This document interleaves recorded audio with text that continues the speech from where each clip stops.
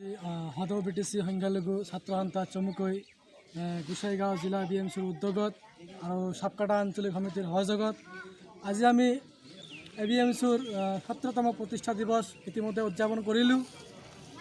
আৰু আমি যেহেতু আমি যি প্ৰতিষ্ঠা দিৱস আমি কেন্দ্ৰীয়ভাৱে আমি এটা ডিষ্ট্ৰিক্টত কৰোঁ, কিন্তু বিশেষ অসুবিধা থকাৰ কাৰণে যেহেতু ৰমজান মাহ চলি আছে, পবিত্ৰ ৰমজান মাহ, সেইকাৰণে আমি প্ৰতিখন জিলাই এইবুলি আমি প্ৰতিষ্ঠা দিৱস আয়োজন কৰিছোঁ।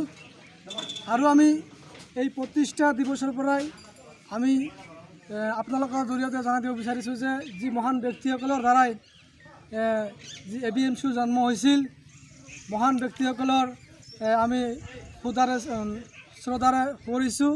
কাৰণ আজি সংখ্যালঘু ৰাইজৰ কাৰণে তেখেতসকলে সংগঠনটো জন্ম দিয়াৰ কাৰণে আমি বহুত আগবাঢ়িব পাৰিছোঁ।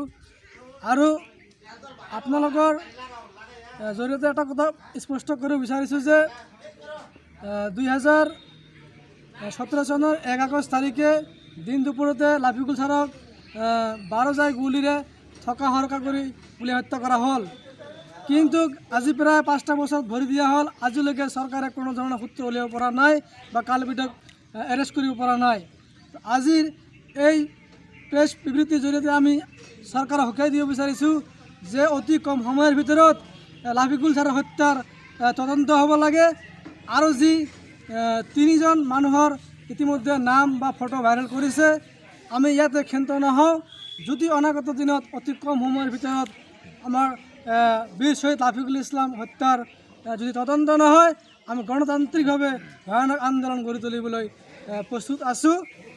আৰু আমি যিহেতু প্ৰতিষ্ঠা দিৱস ইয়াত আয়োজন কৰিছিলোঁ, আৰু এই চেগতে আজি আমি পবিত্ৰ ৰমজান মাহৰ কৰা হৈছে।